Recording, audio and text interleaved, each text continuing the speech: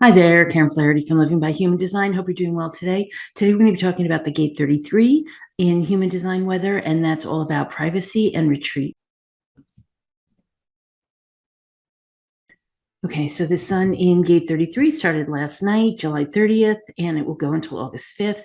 The earth is in gate 19 while the sun is in gate 33. So the 33 comes off the bottom of the throat right here, and the gate 19 is off the right side of the root center. And the gate 19 is connecting up. The 19 is in the earth, and the 49 is in Saturn, and so that's going to create a channel there all week.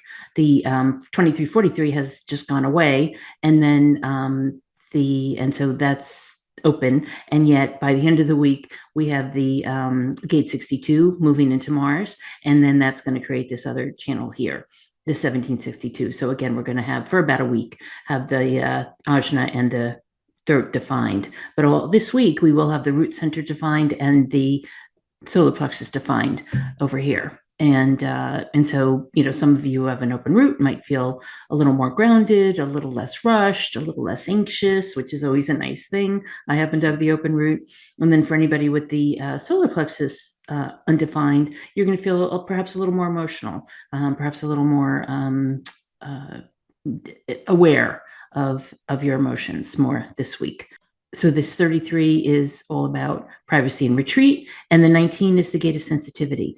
And sensitivity, we'll talk about it a little bit later, but basically the sensitivity is all about you being sensitive to others, being sensitive to nature and pets. In fact, the entire animal kingdom is really important to you, and they really like you, which is a cool thing. You happen to be, people with the gate of sensitivity or those who really enjoy having pets and being in nature, and but also it's a very tactile kind of energy where you feel the seams in your socks, and you don't like itchy sweaters, and you notice when somebody changes your cereal, or anything else that's important to you when it comes to tasting and feeling and tactile senses and things like that. So it's an interesting energy. So this gate 33 is called the gate of privacy or retreat in the original I Ching. It's the active withdrawal and the transformation of a weak position into a strength. And so basically it's having that, having the wherewithal to retreat for a little bit, to come out stronger on the other side, right? Taking that time every day. And in fact, most people with the gate 33 need time every single day to recharge, to take some time for themselves, and to be alone. And if you're not doing that, then you don't quite feel as if you're in balance, right? As if things are okay. The incarnation crosses this week are the cross of the four ways, which really is about travel. These people usually with the cross of the four ways love to travel. It's also retreat and the cross of refinement. And that's really a lovely kind of energy. You'll see the people that have birthdays this week and in your life and in the celebrity realm are all people who you think of as refined. You just think of them as people who have a sense about them that it just feels good. It just feels civil and stylish, and usually quite attractive, and somebody you want to emulate.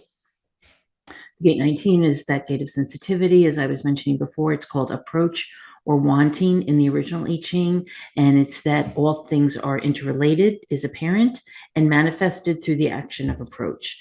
And so what that means is that this sensitivity, basically is apparent and manifested through approaching others. It's really about being with others. It's about that sensitivity to others, having sensitivity yourself, but also being sensitive to the wants and needs of others. And it can be a little needy on the kind of on the downside, or when they're feeling inadequate in a way, or less than, they'll feel a little needy. So that's kind of a pressure from the root center that they'll feel sometimes. In the Gene Keys, codependence is the shadow, and that's that neediness. Sensitivity is the gift, and sacrifice is the CD. So in the Gene Keys, Richard says our lives are mythical, and that goes with the Gene Key 33, which is revelation. So basically, we get to be mythical. The idea is that the shadow is forgetting, the gift is mindfulness, and the CD is revelation.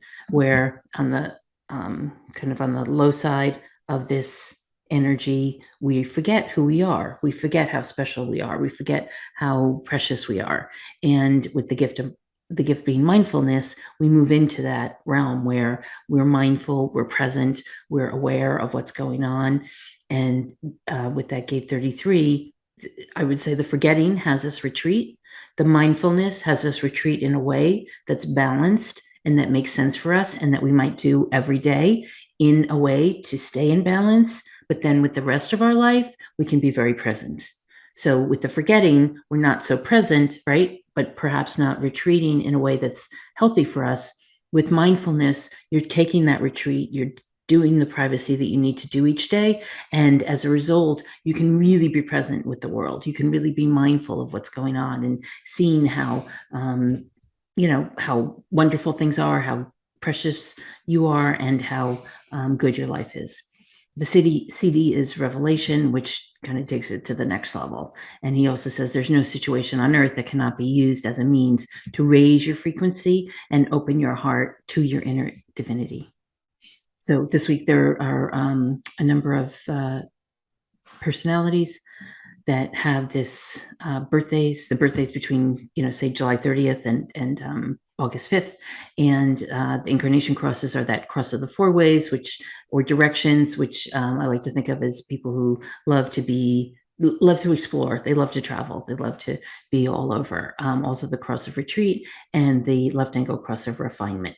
And if you look at, some of the people here, you can see that there are big personalities, but very refined and very, as I look, very little scandal, very little, they did their craft, they were expert at it, and they got their renown as a result of what they were doing and being, and the persona that they shown in as personalities was one that's emulated by a lot of people.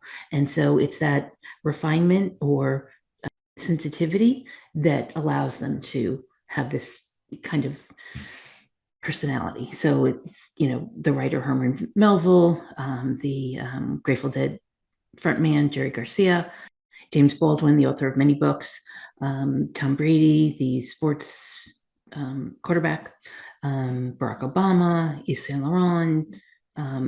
This is like style personified, right? Talk about refinement.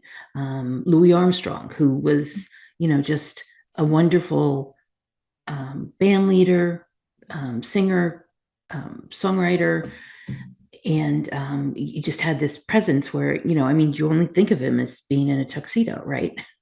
You never saw Louis Armstrong in anything but a tuxedo. And so it's that kind of refinement that comes across in this. And today we're going to talk about Martha Stewart, who really embodies this refinement and sensitivity to situations and certainly nature and animals. She was born on August 3rd, 1941, so she'll be turning 81 this week. And she was born in Jersey City, New Jersey. She is a manifester in her energy type with the 4-6 profile, so very outgoing, and has the left ankle cross of the four ways. She's known as, an amazing entrepreneur, writer. She just completed her 100th book, and her first book was in 1982. So that's 40 years that she's been writing. She's really, I put her as the original gangster, the OG lifestyle guru, because she really was the first one. There were no lifestyle brands. There were no lifestyle books when she first started writing, and she was the founder of Martha Stewart Living Omnimedia, which she sold in 2015, but she is still very active, has 2 shows each week that are on both TV and her YouTube channel. She's still very active in social media with Facebook and Instagram and TikTok and a number of other things. And she's also still writing. As I said, she has her 100th book coming out, and she's really has become quite a philanthropist in terms of she's very interested in aging, the aging process, and she's donated a she actually called it a hospital. It's probably a wing at Mount Sinai Hospital in New York for specifically geared to helping the aging process and working with those who are aging. She's someone who was really one of the first people to create a brand of herself.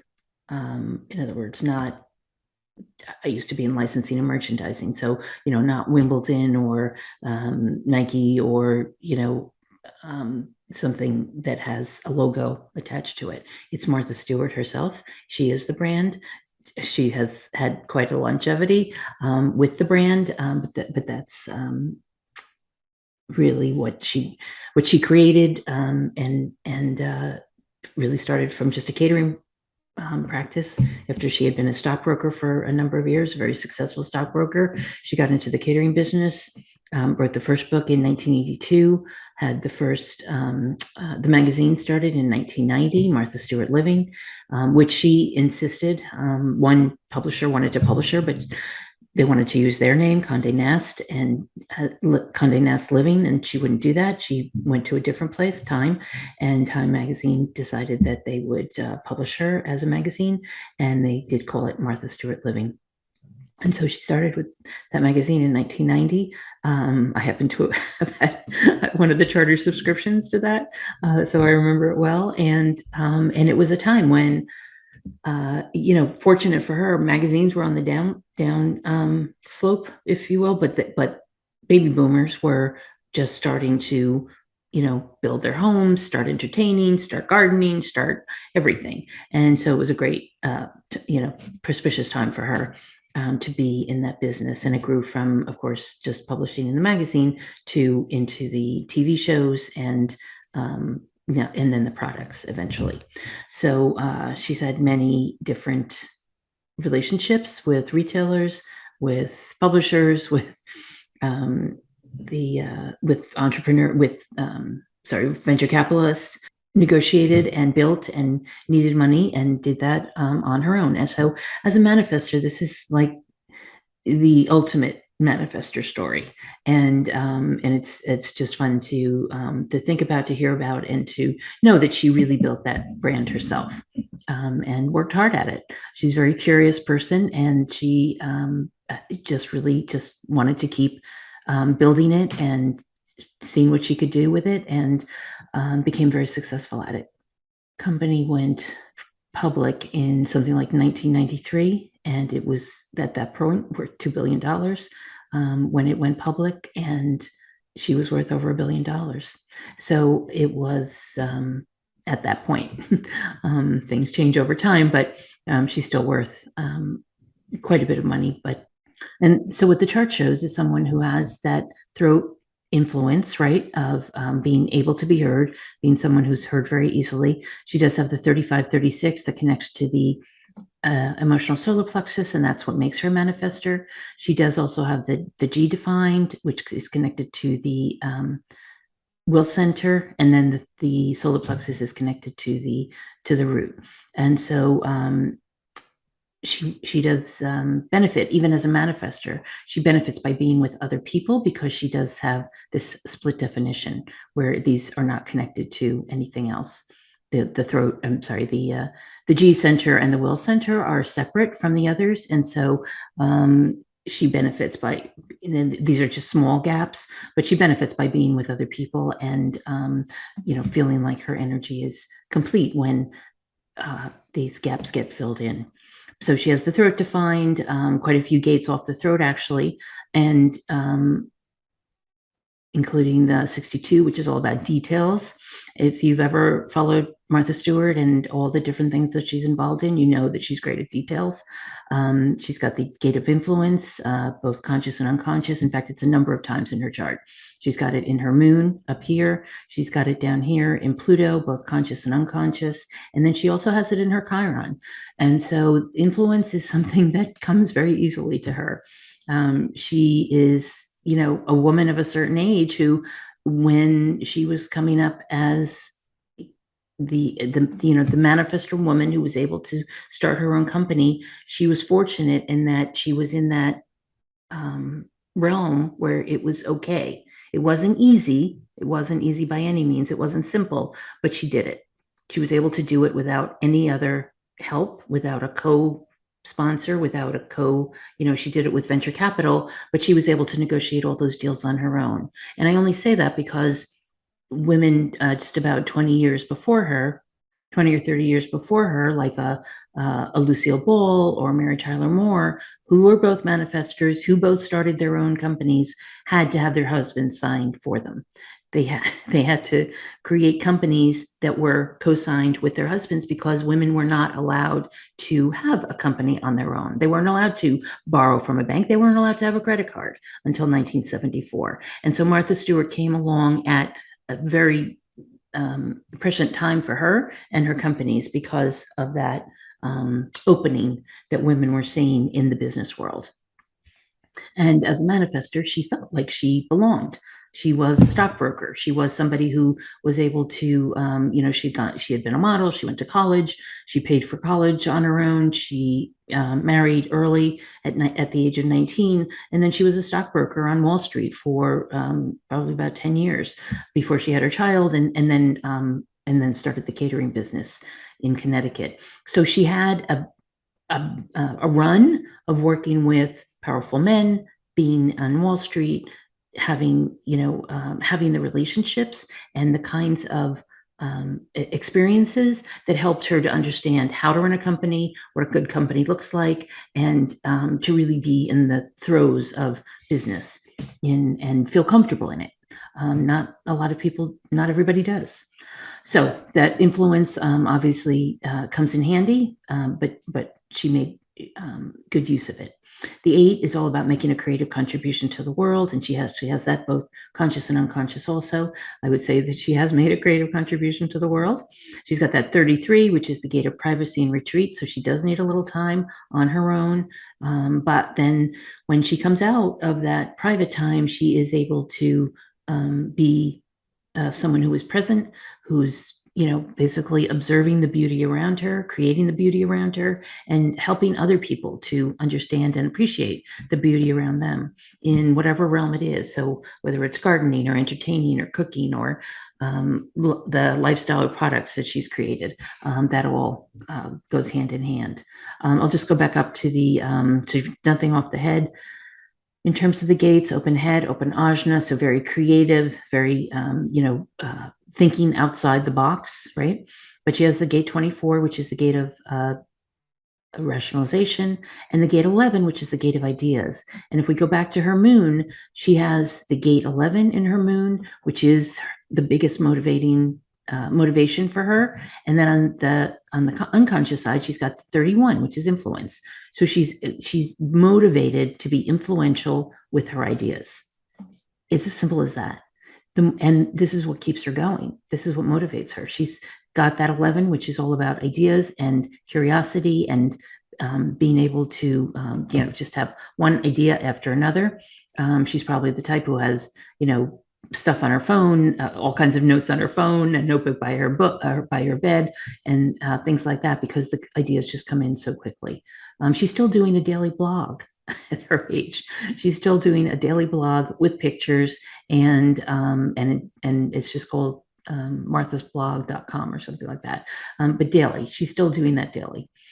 She's still basically working 7 days a week, and so it's a real story of longevity. If you're motivated in a way that works for you and that's balanced for you, and where she's healthy and strong and still doing what she loves to do, the combination of motivation, being motivated by both the ideas and the influence, is works for her. The other gate coming off the throat is the 35, which comes into the 36. This is the channel of transitoriness. It's all about change. It's all about change, making things basically keep on changing things. And then with the 36, she's good at good in a crisis, but also someone who gets bored with when there's not enough going on. That solar plexus is defined. This is a collective energy, so it can be kind of high highs and low lows. You don't usually see that with Martha, but then she is a private person. She lives by herself. She is, yes, out in the public eye, but she puts out what's appropriate. She doesn't put out stuff that she doesn't want people to see. And there are probably some things that she doesn't want people to see, but she's curated it quite adeptly, and lets people see what she thinks is appropriate. The 1949 is all about that gate of sensitivity and the love of nature and the love of animals, and you can see that with her chickens and peacocks and all the animals that she has on her property. There are quite a number of them, and she loves gardening. She loves the nature. She loves being on her large property in upstate New York. That connects to the gate of principles. The values and principles that she lives by are important to her. Or gate 6 coming off here is all about, and it's the only gate she has in the defense circuit. Her sacral is completely open, no gate activation there at all. This gate 6 is all about the gate of the warrior or the peacemaker. It's a very protective energy for family, right? Protective and patriotic and loyal, that kind of energy. And then if we go up to the G center, this is interesting because she has one of the love gates, which is the gate 46. Two of the love gates. She's got the gate 46, which is the love of the flesh. It's really that wanting to be in the flesh, be aware of how you look, what you wear, what you're doing. It's very much a tactile embodiment of the physical, right? And so that's what she's all about. She's all about making everything around you look beautiful. And so it's not a surprise that she has the gate 46. It's also the gate of persistence and determination, which she also has quite a bit of. She's got the gate 2, which is all about saving and spending money appropriately. But then she's got this 2551, which is the channel of initiation. And so the 51 is about shock. And so sometimes she can be shocking. She can be very blunt in the way she says things. She is a manifester. And she's got the 25, which is a love of spirit. So you put those together, and what you have is someone who is, think of it as a shaman type of energy, someone who can say something that's shocking or do something that's shocking to help people get closer to their goals. And so the way sometimes the way she says things, it sounds a little blunt, a little off-putting, a little harsh sometimes, but she has a very particular way of doing things, and she thinks that her philosophy is that if people can get closer to having things be beautiful in their homes and in their lives, that they'll live a better life. And she's very open about that. That's her philosophy. And so she really feels as if she is helping, and probably she has over time helped people to get from the initial shock into a place of really creating the goals that they want to create. And some people might think of it as superficial. I don't really think of her as superficial. She is a manifester, but she comes across very authentically. It's her opinion that things should be lovely, and yet I never have felt that it was inauthentic or superficial. The way she's done things, especially after 50 years of doing this, she is somebody who is looking at it from a holistic perspective and has not, overused she's very practical. She basically makes use of everything she's got. She's very much of the land, of the taking care of her animals, taking care of her property, and making sure that things are sustainable. Some of the values that she has have really lasted the test, have lasted over time, and are not things that she's been ridiculed for, I'll say, as some other people have been, found out. Of course, she had that incident where she had to go to jail for 4 months, 4 or 5 months, but she did get past that as well. So she's resilient. She's somebody who can come back from a challenge. And I'll just mention one other thing. She's got this gate 44, which is up in her conscious or unconscious earth, along with the 24 in her unconscious sun. The 24 is about rationalization, and the 44 is all about finding the right people. And I think she's done a great job. I'm not sure of the longevity of her employees, but she probably does a good job of finding, as she said, great photographers, great publishers, great, people to work with.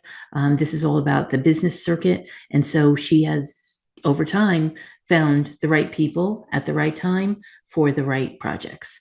And she's made a good go of it, where she has made money as opposed to losing money. For many people, it's, the lifestyle branding is not an easy road. And she was the first one to do it. So her brand has been very durable, enduring, and has made a big impact on a lot of people's lives. Her original book, Entertaining, is still in print after 40 years. So happy birthday, Martha. I hope you have a great time. I'm sure you'll have a lovely meal somewhere with friends or family. And I hope you have a wonderful week. Be aware of the things in your life that bring you what you consider to be refinement. What things are beautiful to you, what things make you happy, which pets, which flowers, which nature walks, which ways of being that, perhaps where you're entertaining, or you're inviting friends over, or you're helping to make a lovely meal for your family or your friends. All those things are this kind of energy. And so I hope you have a wonderful week. And but get a little private time also. That's also part of this. Get some private time, and get a little retreat if you can. And have a great week. Talk to you soon.